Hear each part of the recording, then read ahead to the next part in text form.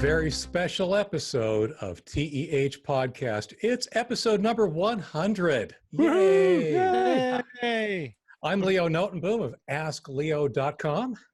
And I'm Gary Rosenzweig of MacMost.com. We actually have 3 guests. I think this might be our maximum capacity ever. We have Randy Cassingham. This is true.com. We have Kay Savitz. Where do you want to be from today, Kay? Freeprintable.net. And Ken Gagney. How about you? What do you want to represent today? Roadbits.net. Yay. For folks who might be finding us on YouTube for the first time, the TEH podcast is something we've been doing actually now for, a couple of years, if we're up to 100. Yeah. And each week, Gary and I, along with some random guests, and emphasis on random today, we get together and we talk about what's cool in technologies, focusing on the enthusiast part, since there's plenty of podcasts if you want to go out and get depressed about breaches and failures and that kind of stuff. We're more interested in what's cool in technology these days. I think that Randy gets to start off with what is perhaps the coolest thing we've talked about in some time. Well, and we did have breaches very early on, but we decided that got boring, so we stopped doing that. Breach of the week! Exactly, yeah. It was too depressing. Well, I'm a space geek, so I've got to be enthusiastic about this. SpaceX is launching human beings from the United States, and that'll be the first time since the last shuttle launch, Atlantis, in July, I think it was, of 2011. So it's been a long time since we've been able to launch people.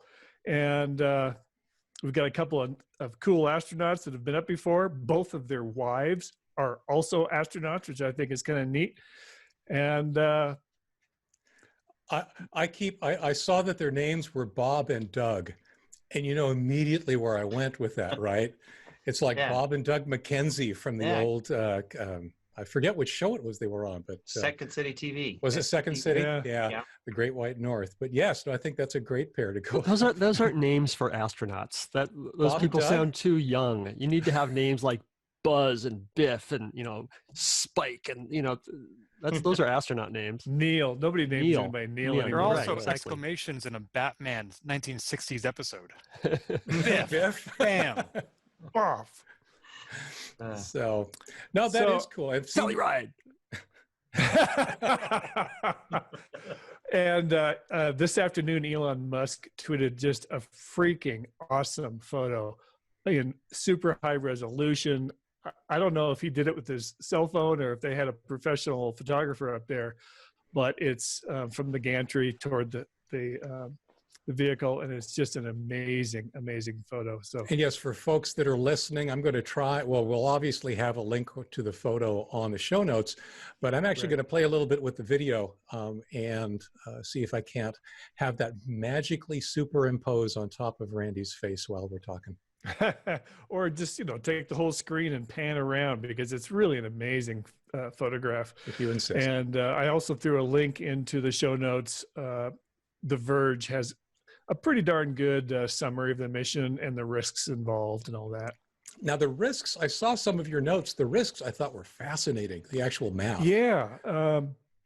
NASA told Business Insider it estimated a risk of 1 in 276 chance that the flight could be fatal, which is, it sounds really, pretty risky. Right. But when you get down to it, the shuttle had a risk of a little bit more than 1 in 68, because we did 135 shuttle missions and 2 crews and vehicles were lost in their entirety.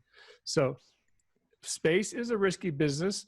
They are warning that they are looking very carefully at the weather. They're not only at the launch site, but the escape system that is built into this capsule is really cool. They can pretty much escape up to the time they go into orbit. So NASA's going, well, if they could possibly jettison themselves from the rocket and come down into the Atlantic at any point, and they're looking at a map, that means our recovery zone is this big. So they have to figure out what the weather is just about everywhere, and Right. whether they've got recovery crews available to go get them if they do abort at some weird time. Given a large recovery area, I mean, it's got to be tough to get enough recovery vehicles in place to be able to get to them in any reasonable amount of time. Yeah. And it's very similar to recovering a pilot that's had to ditch into the water. But yeah, this is somewhat specialized to be able to do this and get these guys back. So yeah, it's a big deal. So as we're recording this on Tuesday, the launch is tomorrow. What is it? Roughly around this same time, isn't it? I think so. And I guess nobody knows what time we're doing this, but magically, it's currently 3:10 p.m. for those keeping score at home. And if I understand it right, well, what other time is there? Actually, there's Eastern time because I believe the launch is at like 4:30 Eastern time. 4:33, I think, is their first opportunity. Weather permitting. Right. And I also saw that there was like a 60% chance then that it may get scrubbed and moved to, what are the next launch windows, Saturday and Sunday? Saturday and Sunday. I'm not sure why not, Wednesday, Thursday and Friday, but there you go. I've always assumed that it was some bizarre combination of orbital mechanics, getting them where they want them to be, and then also whatever else happens to be flying around in the skies at those times. But anyway, Tax reasons, maybe. I'm sorry? Yeah, I mean, they closed the airspace anyway, so I'm not sure if it's a real deal. Well, I mean, things like the space station happens to be flying uncomfortably close. Yeah, well, that kind of stuff. That's the orbital mechanics part. Yeah, they've got to be able to, get there. Right. So, well, I'm looking forward to that. I think we've mentioned it a time or two on the podcast before. I'm nervous. I'm very nervous. Yeah. I mean, 1 in 276 is better than 1 in 60, but still, it's 1 in 276. It's like, yeah. And there's a lot riding on it. I mean, not literally, of course, but I mean, if there is a failure, it is a failure at exactly the wrong time. It would set things back dramatically, I think. So when was the last time that Americans or anybody launched into space from American soil, not in a shuttle, like on a rocket, in a capsule? I mean, 78? Skylab, maybe? Yeah, when was that? It was one of the Apollo missions that went up to Skylab, yeah. Yeah, the last Saturn V rocket launch. Well, I mean, that was like, was that 78? 70, somewhere around there? I'd have to look. I actually can't remember. And my ex-boss from Jet Propulsion Laboratory actually had an experiment on it when he was a high schooler. And now he works for NASA, which is just awfully cool. Oh, wow. So, all right, super exciting. Definitely going to be watching. I hope it goes off tomorrow, but, safety first. If it goes off Saturday, it's fine. I'll watch then. Just wanted to happen. I want this era of space exploration to start. Absolutely. And I want it to be private. Yeah, I want it to be commercial based. I want it to have options, right? I want this to work. I want Boeing's thing to work. I eventually want Blue Origin. I want there to be a bunch of options. Right. Not just the one option. To be fair, I want the Chinese to succeed. I want the Indians to succeed. I think the UAE is also launching something into space here not that long. So, Japan just launched one to the station. Crew resupply. So right. Cool. So I think that's all very cool that there's all these different approaches to getting us up in orbit and getting us out there. So I just had a question magically come to me. Why did we cancel the shuttle replacement? The shuttle replacement or the shuttle? The shuttle before we had a replacement. The question that came to me is about the replacement. Well, what I see in the show notes is why did we cancel the shuttle before we had a replacement? And the basic answer was cost. Truncation. The shuttle was obscenely expensive, about a 1.5 billion with a B per launch. So that's why I think it was George W. canceled it, and then Obama confirmed that cancellation, even though we didn't have anything ready to go yet. They were expecting that we would be able to launch again a couple of years ago, but it just took longer than expected. And I don't know what the eventual cost is going to be of things like the SpaceX Crew Dragon that's launching tomorrow, but it's going to be a lot less than $1.5 billion. Very cool. I know you've also got an Elon Musk quote for us. I love this. So this launch tomorrow is actually called Demo 2, which doesn't give you a lot of confidence when you're writing on it. But Demo 1 actually blew up. And Musk it gives me even less confidence if I'm writing on it. Well, and Musk was asked about that, and I love his response. If there's a test program and nothing happens in that test program, I would say it's insufficiently rigorous. If there hasn't been hardware that's blown up on a test stand, I don't think you've tested it hard enough. You've got to push the envelope. That's the attitude we need. It is. I'm just not sure it's the attitude I'd want underneath me if I were sitting on top of the rocket. Oh, if you got the chance, you would strap in. I sure as hell would. Not you, Kay. No, I wasn't going to say it, for the listeners, because didn't want to advertise the fact that I'm a coward. But no, I would not. I said I would go in the shuttle too. How about you, Ken? Would you want to go on a launch like that? Depends on how old I am. Well, you're the punk in the crowd, I think. I was going to say, how much do you have to lose, right? That's right. No, I'm good staying terrestrial for now. Given the risks, God knows. Look at my shirt, look at my background. I would love to go into outer space. I just don't know that I need to be the first person to go into outer space. Fair enough. He's going to wait till Demo 4. Demo 97. And hopefully demo stands for demonstration, not, demolish. Demolition. Demolition derby. Yeah, I got to admit, there's part of me that absolutely would, but part of me realizes that, I'm married, I have responsibilities here, and those would be hard to step away from. Oh, that's what life insurance is for god's sake. Well, wait, on those grounds, I guess I should be the first to go because nobody's going to miss me. I'll miss you, Ken. You'll get over it. You're right. Just think of the stories you'll have to tell. I knew him before he blew up.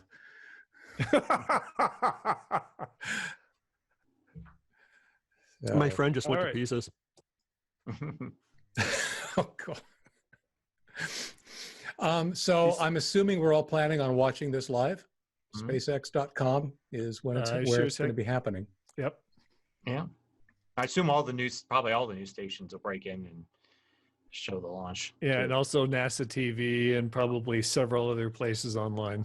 Doesn't NASA TV usually just switch over to the feed from SpaceX when they're doing these launches? I'm not sure if it's SpaceX looking at NASA feeds or NASA looking at SpaceX feeds, but the ones that I've seen have always had clearly SpaceX personalities in front of the camera doing the quote unquote play-by-play.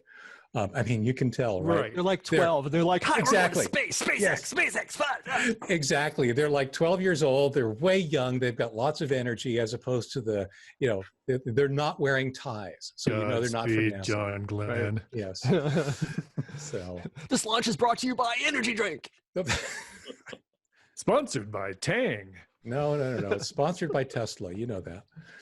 So, all right.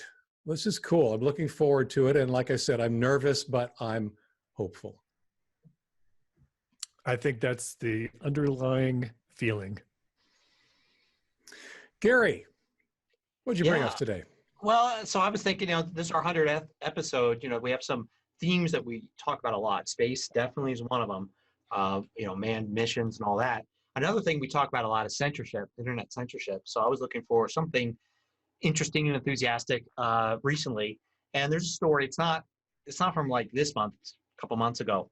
but it's about a online library for censored materials. So censored articles and things like that, mostly, from journalists, that have been published in a way that people from all over the world, even if they live in a country that censors the internet, can get to them.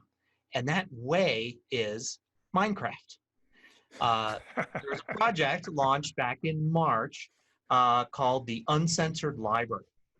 And basically it's it's a collaboration with a couple companies, but Reporters Without Borders is the censorship activist organization behind it. So they're picking the articles and things to represent that.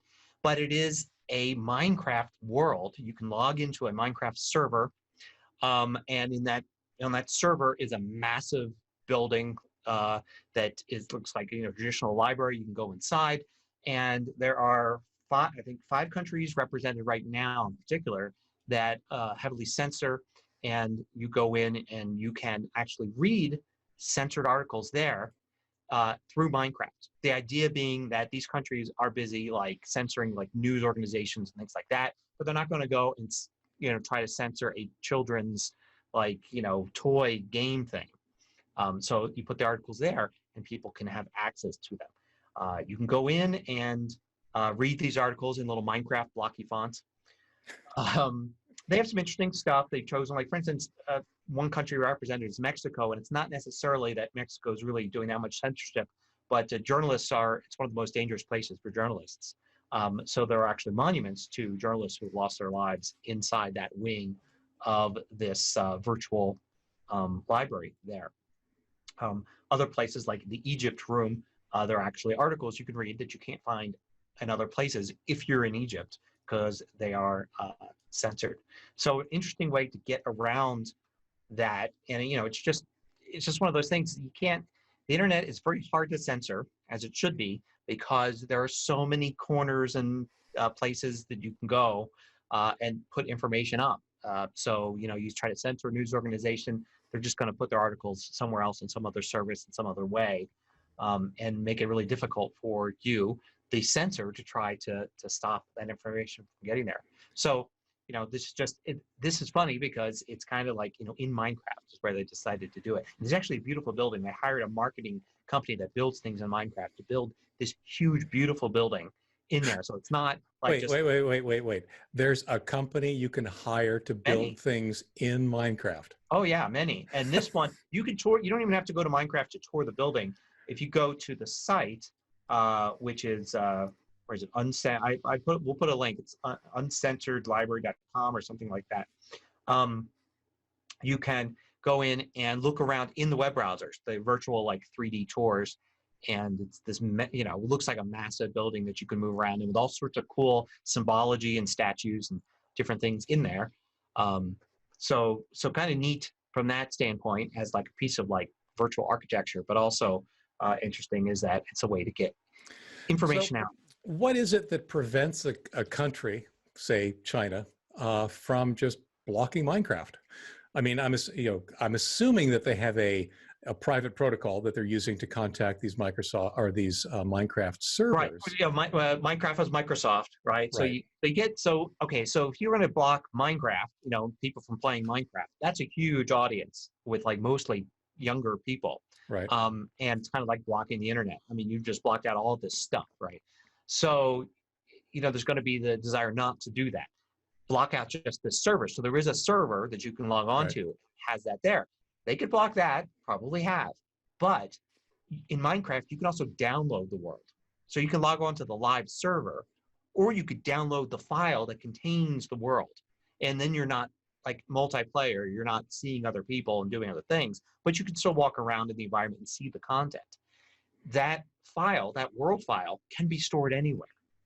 So they can block the server. They can go to a couple places where Minecraft worlds are distributed that you could download, block those, but can they get all of them? Right. There's some place you can go into Minecraft in a world there and say, hey, I really want to go to the uncensored library. Somebody says, I got a link for you. This is just for today, to download it. Tomorrow there'll be another link, that kind of thing. Okay. So, that's part of how it can get around censorship. Have any of you spent any time in Minecraft? No, but I can go get my kid if you want to talk to an expert. I've fired it up like once, and yes, it's really blocky, and apparently there are sheep, but the thought of making buildings and putting tons of content into it is mind-boggling from at Like, least It's cursory. exactly what Second Life was trying to be way back when. I remember I Second Life. Yeah. I suppose, yeah. The Yeah. my kid showed me the other day. Someone created Disneyland or Disney World in Minecraft. You know, you could actually go on the rides. I mean, here's a small world. And there's these little blocks. Supposed to be the singing dolls, and you could go on rides and walk around. And here's Tomorrowland, and it was just like it was kind of incredible. It's what Wow. people played before there was Animal Crossing. Or Candyland. I think the main difference between Second Life and Minecraft is downloads and multiple servers and everything like that. You can host your own server, whereas Second Life is one big coherent world. So you go into Second Life and everybody's there, and Second Life's still around. I mean, you can still go into it and still build your things in it and stuff like that. So Fascinating. It's a bizarre way around censorship. I think you're right, though. The internet is really, really hard to censor. But when you look at somebody like China, who's really motivated to make it happen, they also are able to throw a tremendous amount of horsepower at censoring. Well, it was pretty funny. 2002 or so, I was in Tibet, and I wanted to do a blog post about Tibet and the Dalai Lama. And of course, the Great Firewall of China covers Tibet.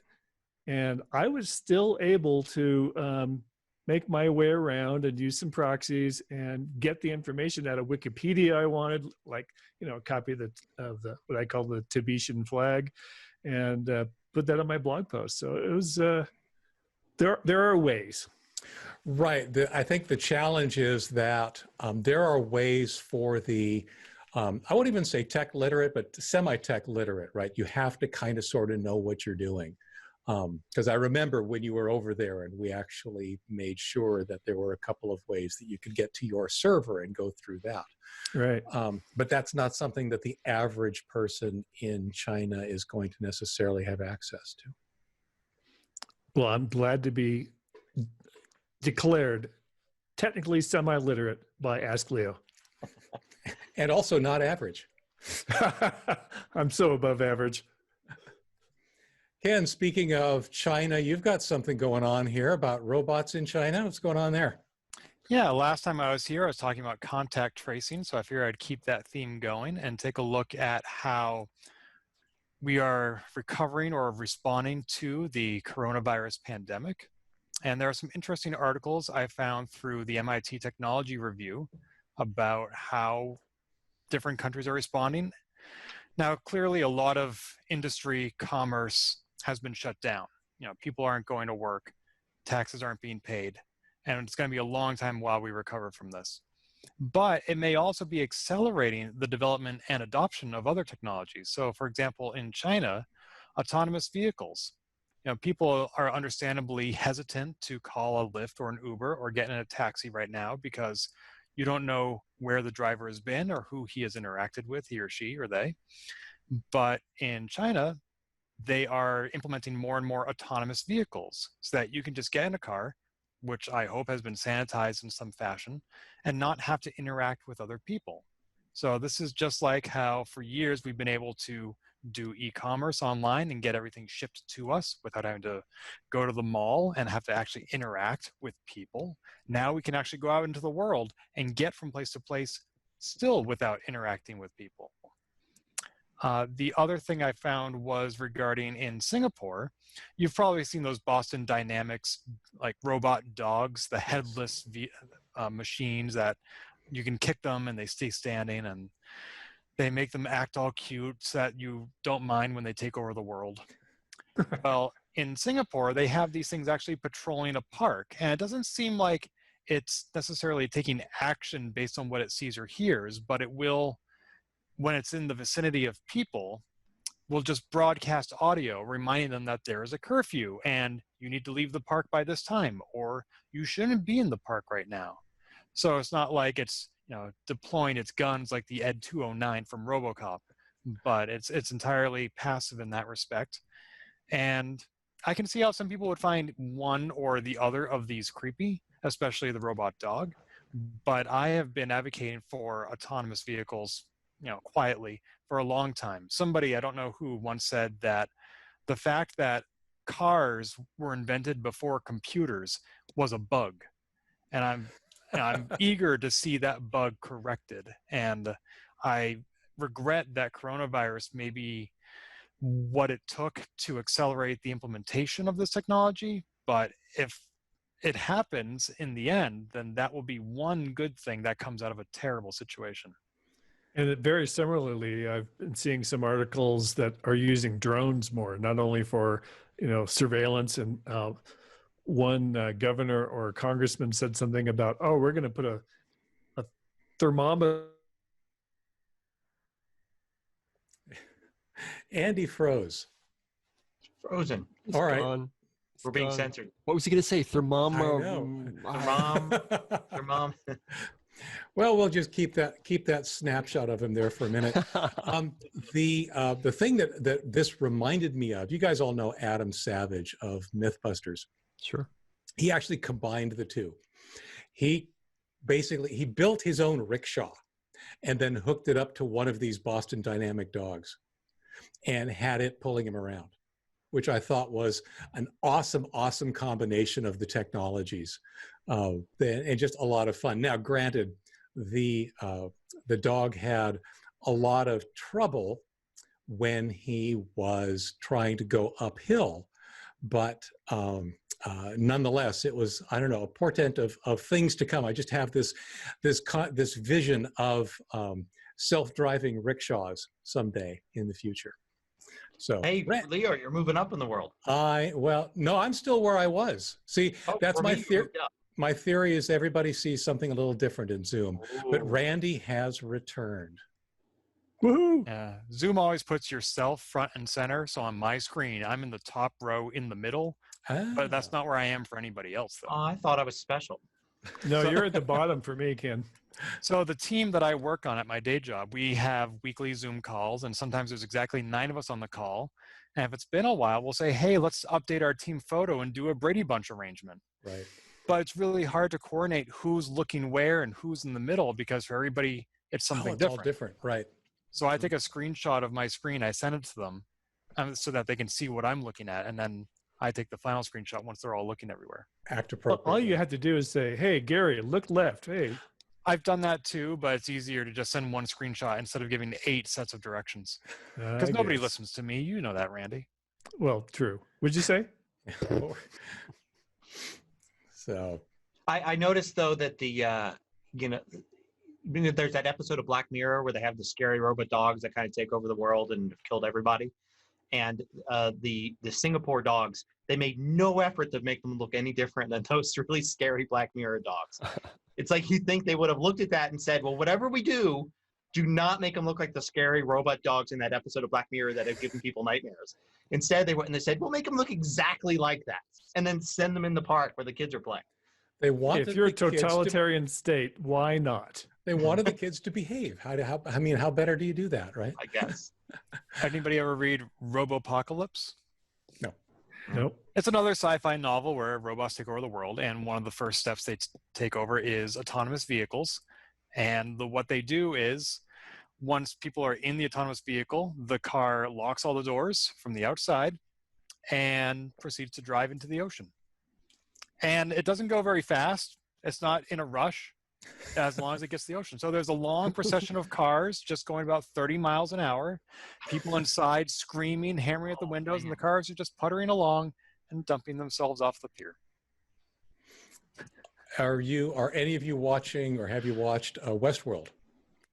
Yes. I have not. Westworld in the most recent season has autonomous cars. They've actually gone outside of the theme park, and they're now looking at the world of whatever year that happens to be. And yes, there's lots of autonomous cars, autonomous flying vehicles, that kind of stuff. And if I'm not mistaken, they don't take over per se, but I think at least one gets hacked and sends somebody off a pier. And I actually don't remember if it was a slow drive or not, but the person was definitely aware of the fact that A, they couldn't get out, B, they couldn't stop the car, and C, it was headed in a direction that they didn't really want to go. So. One last note about the pandemic. While I was reading Technology Review for these stories, I found another one referring to the fact that maybe when we create online content and it becomes very popular, we shouldn't call it viral anymore. Yeah. Yeah, viral is losing its quote unquote positive meaning. Yeah. COVID did go viral. It did, yes. So the one thing you were mentioning about, technologies and so forth that are thriving in during the pandemic or because of the pandemic, I mean, let's face it, we're soaking in it, right? Zoom is one of those things where a lot of other technologies are trying to play catch up. We talked about it, I think, a couple of episodes ago, but there's Microsoft Teams and Google Meet and GoToMeeting and WebEx and probably a few others. What do you guys feel about Zoom and how it's reacting to some of the criticisms that have been leveled at it? Gary and I have spoken at it to some length and are obviously relatively comfortable with using it. But I was curious if either of the three of our guests this week have any thoughts. I think it was way overblown and very panicky, but lots of these headlines are, as we've commented in many an episode previously. I think they've been very good at responding. Like when somebody said, "Hey, you're not actually end-to-end encrypted." Right. They didn't say, "Yes, we are." They said, "You know what? You're right. We're not. We're going to fix that." I think it was not overblown. And people were right to criticize Zoom for its security faults, but I thought we were talking about security. But they seem to have picked up the mantle and dealt with those problems. And now, I mean, all of a sudden they are the number one video conferencing thing that everyone, it's the Kleenex of video conferencing. Yeah. Now, I actually have a letter that I send out to people I'm trying to interview, and I'm just like, hey, we can do this via phone or via Skype. And I've been sending out this letter for years, and I've changed the letter now, so it says phone or Zoom because that's what people think of it now. Or even Skype if you're stuck in the past. Right. Yeah. Well, it's the interesting thing about things like Skype and Google Meet. I should get myself in focus here. Between Skype and Google Meet and a couple of those other services is that they require a Microsoft account or a Google account, respectively. Google Meet looks really lucrative. It looks really easy. I don't know if you guys have seen it in your Gmail interface, but it looks to be very trivial to set up if you're meeting with other Google users. The thing that Zoom really has going for it right now is that you don't need an account. You don't need nothing. You need a webcam and a microphone and a computer that'll do both and a link to click on, and you're done. So it really wins in the simplicity game, which, especially when you're trying to move millions of people onto this new technology in a crisis, that's the way to go. Yep, and they're on AWS, as I understand it, so they can expand very rapidly if they need to. Right. And they did. Yep. So last week, I mentioned to Gary that my wife was getting a new computer, and my old MacBook Air that she had been using had finally decided to become unreliable enough that it was time to replace it. So I got her a Google Pixelbook Go. Happy with it. She's been using it now for about a month. It seems to be doing everything, as it turns out, including Zoom. Not for her per se, but as it turns out, another friend of ours contacted me last week and said, hey, my old Dell laptop isn't up to the task. It's having problems. It's a 6-year-old laptop. And I just looked at what she was doing and how she was doing it and decided that, you know what? She needs the exact same computer my wife has. And after confirming that Zoom works on a Google Pixelbook, a Chromebook, I literally just pushed the buy now button again at Amazon, and Amazon is now telling you have purchased this item twice. and have Yes, I gotten, have. yes, I have, intentionally, and have now delivered that over the weekend. It's really fascinating to me that uh, Chromebooks in general are, I think, really, really good alternatives for, I'll just say, the masses. People that don't need to do a lot more than spend a lot of time in their browser. Even Zoom is installed as a Chrome extension on the Chromebook, and it just works. Granted, you do need your Google account, which, again, both my wife and this friend had. But it was a really good experience for both of them, and we're very pleased with the results. I also ended up looking into what's called Neverwhere Cloud Ready, which is essentially Chrome OS to be installed on a PC. And it's the same experience. It's not difficult to install at all. And it gives you Chrome OS on your old PC. And that's what I did, in fact, with this 6-year-old Dell laptop that I got in exchange for the Pixelbook that I delivered. And it's working great. So it's something that, especially if you've got folks out there who are maybe new to some of the things we're doing with technology, especially video conferencing, and are folks that don't want a touch screen. That was the one of the real drivers for both my wife and for this friend, is that touchscreens are just not something that they want to have to deal with. So you don't want a touchscreen, get a Mac. They wanted a real keyboard to be able to type on for some of the things that they're doing. And Chromebooks really do seem to fit the bill without, all the added baggage of a much heavier, larger operating system and a much larger attack surface in the case of Microsoft Windows for things like malware and such. The way that I put it in an article I wrote just the other day is that, malware delivered as an attachment, fine. It's just not going to run, which is perfect, which is exactly right for, that uncle that just can't resist opening every single attachment that he gets. So anyway, I just wanted to throw that out there as something that people might be interested in investigating a little bit more if they're at all interested in supporting friends and family who are playing with technology essentially to this level for the first time. Cool. FUD. Dead air. I've got to start over. Yeah. So what's cool this week? What's new? What's exciting? Randy, you pointed out that there's nothing more cool, more cooler? More cooler, like. More cooler than the SpaceX launch. What else? Well, it's Okay, kind of interesting because I threw this onto the list before I knew Ken was going to be here. And what I was going to say is we're working on a permanent archive of TEH at the Internet Archive. And we should be able to give more information on that soon. And then Ken jumped in, and it just happens to be that Ken is the one doing it. So Ken, why don't you take this one? Sure. So one of my pandemic projects, as long as we're all stuck at home, is for me to shovel more data into the Internet Archive, which Kay has been doing for years. He spoke about it on episode 15 of this podcast with the Ted Nelson Junk Mail Project. And I've been, in my own small way, been contributing files as well, mostly my own stuff. So I have a couple of podcasts that I host, like Polygamer, Transporter Lock, MS Challenge Talk, the Pubcast. And I've been trying to upload each episode of those as they go up. But there were some older podcasts I hadn't uploaded. So I took this time to learn how to use the command line interface for the Internet Archive and do bulk uploads where I can just point it at a spreadsheet that links to 100 MP3s, and the spreadsheet has all the metadata and it just sucks it all up.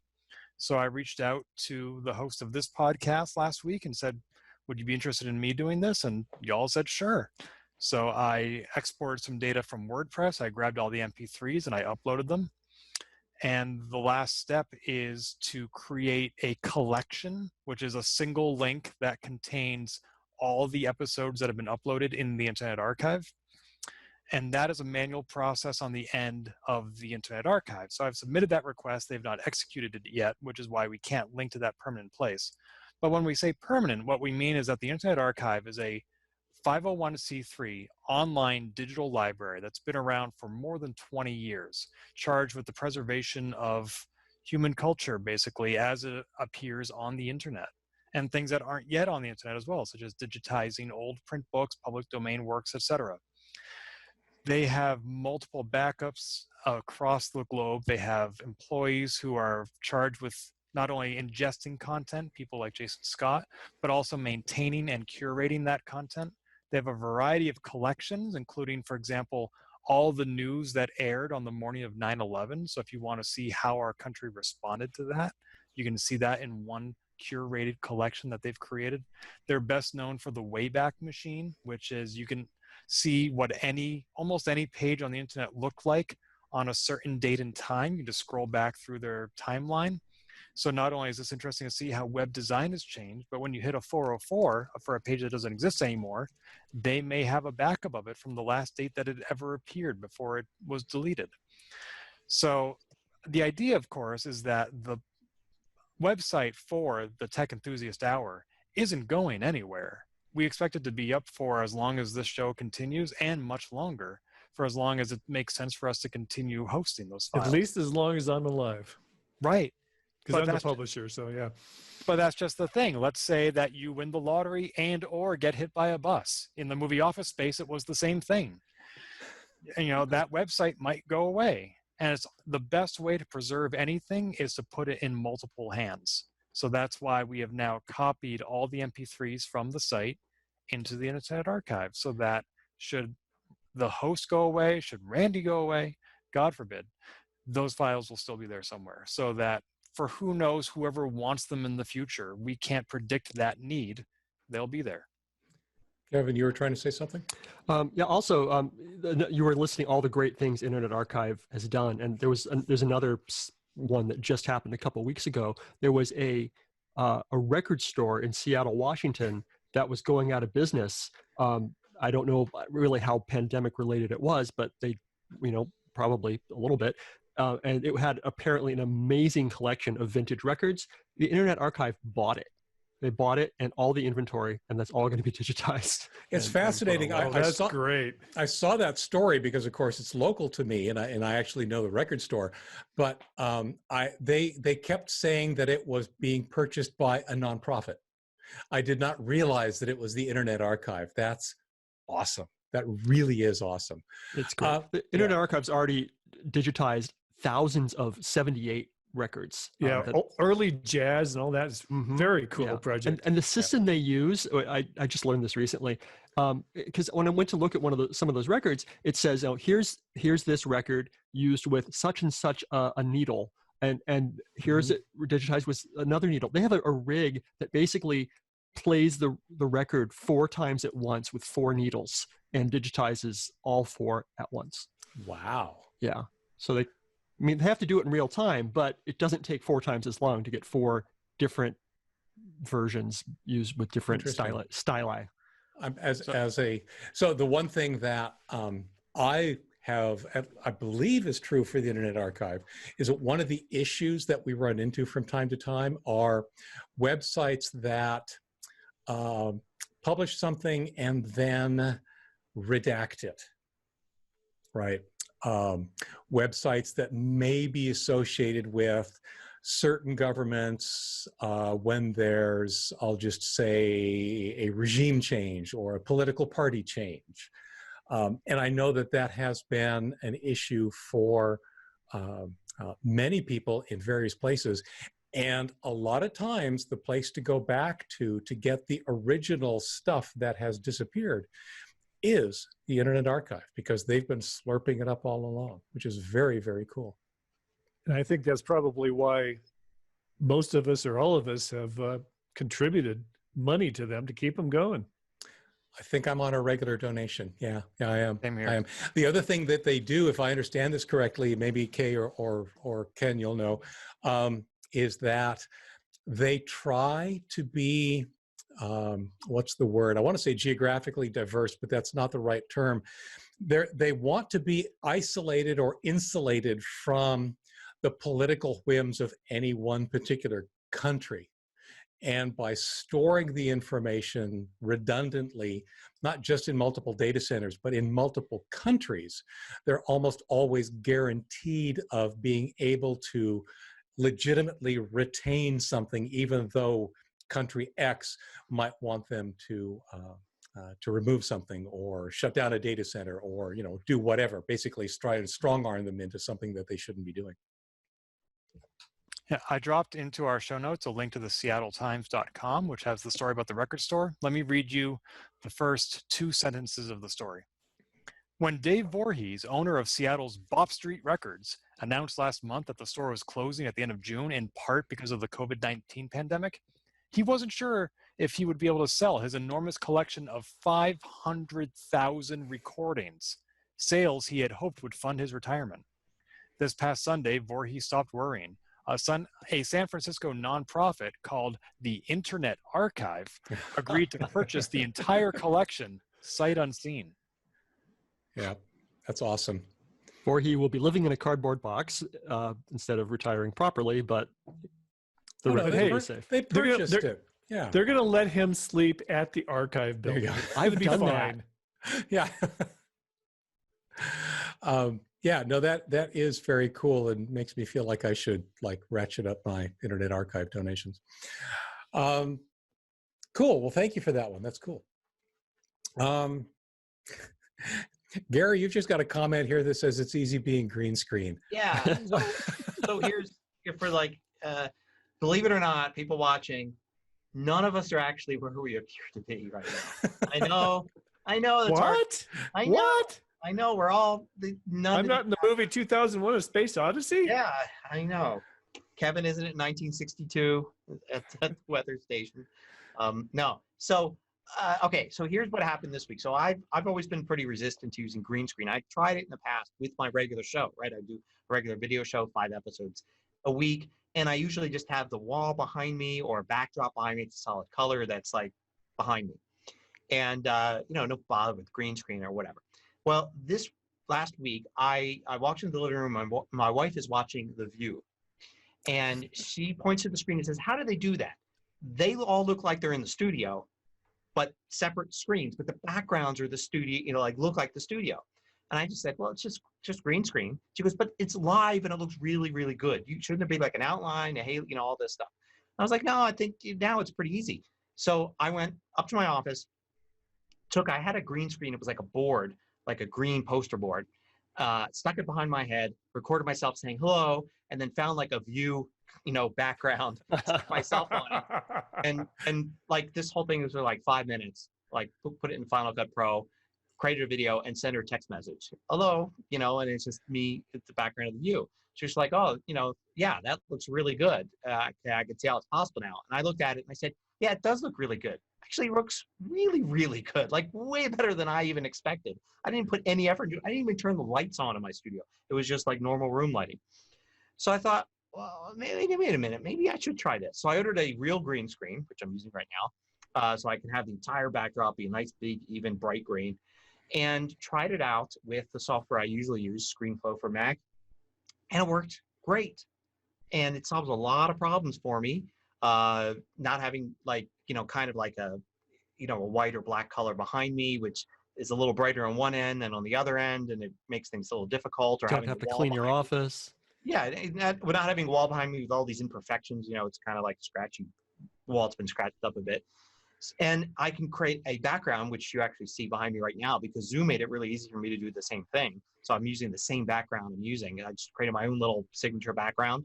And it actually, I thought it would be harder for me to do green screen than normal. It actually made it easier. I can do more now. I don't have to worry about the background. The lighting works a lot better. I can move myself over to the side and put something here without actually doing that. I can just take this, move that video over. That extra space gets filled in normally. And, it just solved a whole bunch of problems using green screen. And then today, really, I actually flip my green screen around to have the white side show to do normal. And, I then saw there was a green screen button in Zoom. So I went ahead and flipped it back around, used green screen, and actually you can see my green screen's a little bit better than, say, like some of the other guys there who you're all, except Leo, you're using green screen. I'm using a true green screen. Yeah, But I was going to jump in and say that Zoom is very impressive in the sense that they don't need a green screen to do green screen kind of things. yeah, they don't need it, but it helps. And there's a checkbox if you've got one to go like higher level, and then you get higher quality. And so like you can see a little clipping going on in Kay and Ken and Randy's, just because that's, I mean, it's hard to actually figure out what's the background and what's not. So here you can see I'm in green right now. Yeah. Right. And I can probably do that. I don't need that window open, it's not amazing it can do it with green. It's amazing it can do it with my background. I'm going to turn off my background. I mean, I've got black acoustic tiles. I've got things in frames, varying colors, and it takes care of that really well. It's just astounding how well it does. Yeah. But you have to realize that it is a single purpose tool, right? It is it is designed to be looking at a person, probably from about, here up.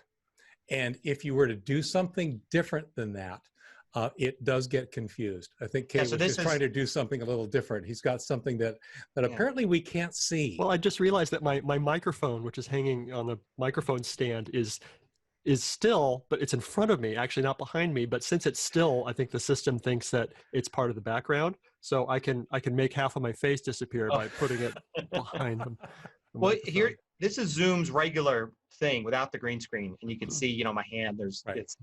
And then if I turn green screen on, say I've got a green screen, you can see the quality really crisper. Up. But anyway, my point wasn't about Zoom really. That's just coincidence. My point was that I've switched over, like virtually just happened. But 48 hours, it went from I'll never use green screen, that's not going to work, to why haven't I been doing green screen for? I'm always going to use green screen. Green screen life. Nice. I tell you, this is riveting radio.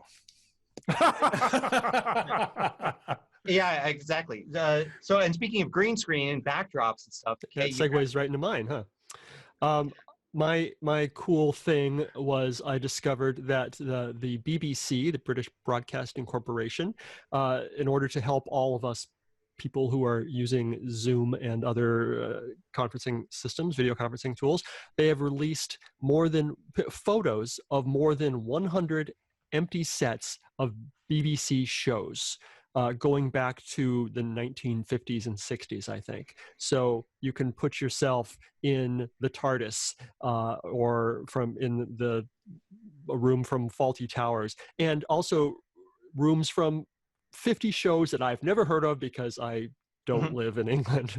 But there's kids programs, there's like really bright, goofy backgrounds, and quiz show sets, and just all sorts of amazing backgrounds. So I'm currently in a news set from black and white news set from the 50s, and it's pretty awesome. Yes, and for those who are in fact just listening to this podcast, this is just that much more incentive to go visit the podcast show notes page, where we'll have embedded the video so you can actually see what the heck we're talking about. And the best thing is the website where they have all these things, or you can just browse through them, and even if you don't use them, you can go, oh, I remember that show, or that's really cool. The web page is called The Joy of Sets. Oh, nice. Good job. Nice. Let's see. Oh, so last week, Gary, you and I were talking about cameras and lenses and this and that's, and what else is new? I was bemoaning the fact that, the Nikon that I would like to use sometimes as a webcam has an annoying habit of, doing really noticeable and almost continuous autofocus readjustments, so that it really becomes something that you just pragmatically would never use. I was watching one of the video channels that I follow, from Tony and Chelsea Northrup. They are professional photographers, and they've got a channel that talks about cameras and stuff. And apparently Sony is announcing, or has just released, a brand new a Sony ZV-1 vlogging camera. Now, obviously, it's targeted at the vlogging market, basically people who hold the camera in front of their face, right? They'll have something that allows them to talk to a camera that they're holding, and they'll be walking around or doing whatever. But it sounds like it's almost ideal for solving any number of the problems that I've been having. And it's really, really, really tempting. And you were using a Sony, I think you said, Gary, last week, that for most of your stuff. Yeah, the Alpha 6100, yeah. Yeah, I'm just curious if you've run into this one yet, and if you have any thoughts. No, I mean, I'm looking at the specs now. It's similar to another camera. It's based on another camera that they had that I think I looked at and I ruled out for one reason or the other. I don't remember exactly why I ruled it out. The RX something. Let's see, I don't know what it was called, but it was in that article that we're going to point to. One of the things I need, I go directly into the computer. So I use the CamLink 4K to go directly into the computer. So just as important as being a 4K camera or having a good lens and all that, I need output that goes from the camera to HDMI. Right. The specs don't say what that is. So I'm curious. There is an HDMI connector. I know that, but exactly so it doesn't output 1080. Right. I don't know. 4K. Right. I mean, not that it makes too much difference right now. I'm still doing everything 1080. I'm just thinking towards the future. But I mean, it looks like pretty comparable to what I'm doing. Is it a mirrorless? It's a mirrorless camera. Yeah. So similar to what I've been looking at. It looks like I think maybe I might have ruled out that the other camera that this is based on because it might have been too high end, like too expensive. And this is kind of like a version of that that's in the price range now. Okay.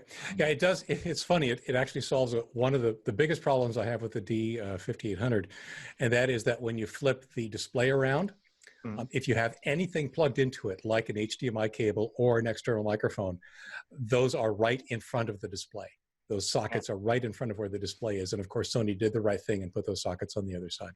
Yeah, I see that the RX 100 is what it's Mark 7 is what it's based on, and that's a $1,300 camera right there. Oh yeah, this is half that price. Yeah. Yeah, this is $700. Yeah. So, and it comes out in 2 weeks. Yep. So yeah, so it would be an interesting option if I didn't have a pretty new Alpha 6100 here. I didn't, and I've been lusting, and I'm in quarantine, and when you're in quarantine, buy now is pretty easy to hit. So yeah. Let's see. Let's point some folks at pages of our own. We don't really have sponsors. We're the ones that sponsor all of this, so we like to point you at the pages we've been publishing in the recent weeks. Mine is 5 Steps to Repair Windows 10 Without Losing Programs. That is askleo.com/122708. I mean, reformat and reinstall is one of those things that is second nature to anybody who's been using Windows or Microsoft Windows for any number of years. It was one thing that you just sort of assumed you would do regularly, just because Windows would destabilize over time for any number of different reasons. Life has gotten a lot better. It really has. And as it turns out, there are several steps you can take that short of nuking everything on your machine that are definitely worth trying if you're experiencing problems. So that's one I would have people take a look at. If they're even considering reformatting and reinstall, it may save you a fair amount of time. 5 Steps to Repair Windows 10 Without Losing Programs. Gary?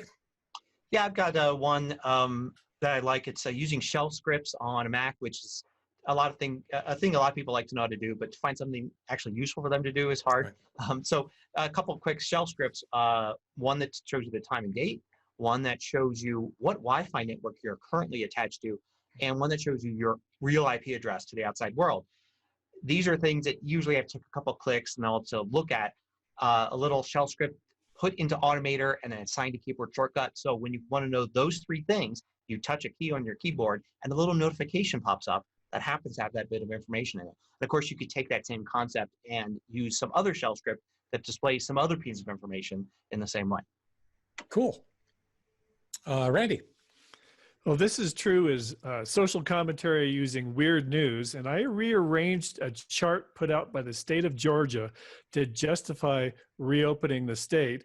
And the actual data didn't support it because they moved things around in the chart so that it looked like infections were going down. So I took the chart apart and rearranged it in date order, which shows completely unsupported conclusion.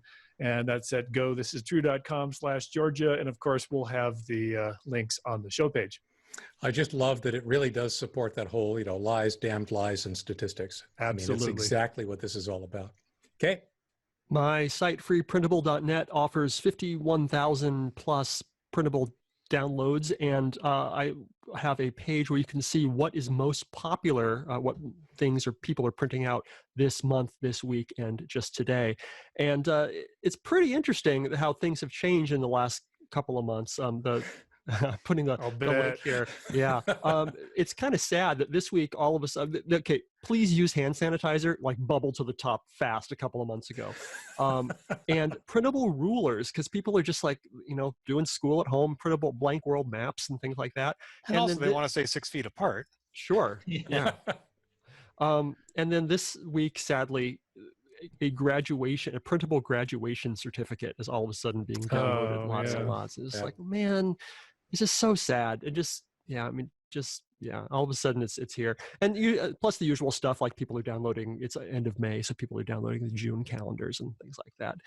And also a printable Chutes and Ladders game is normally downloaded, 2 times a month because whatever, but all of a sudden people are trying to entertain their kids at home. So, hey, let's print a board game.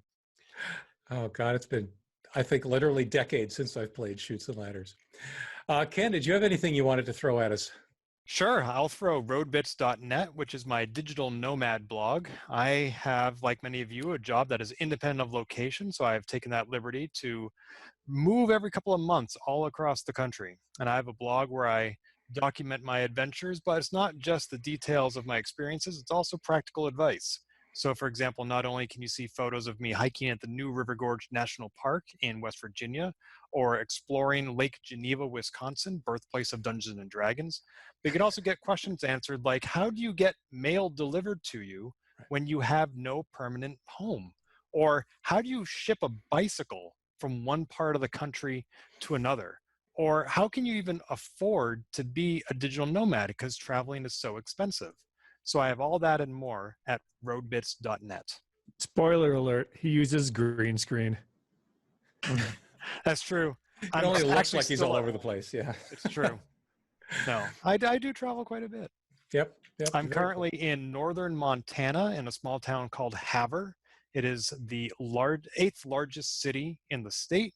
It is 40 minutes south of Canada. It's one of the few cities in the state that the railroad passes through, which is its big name, I guess.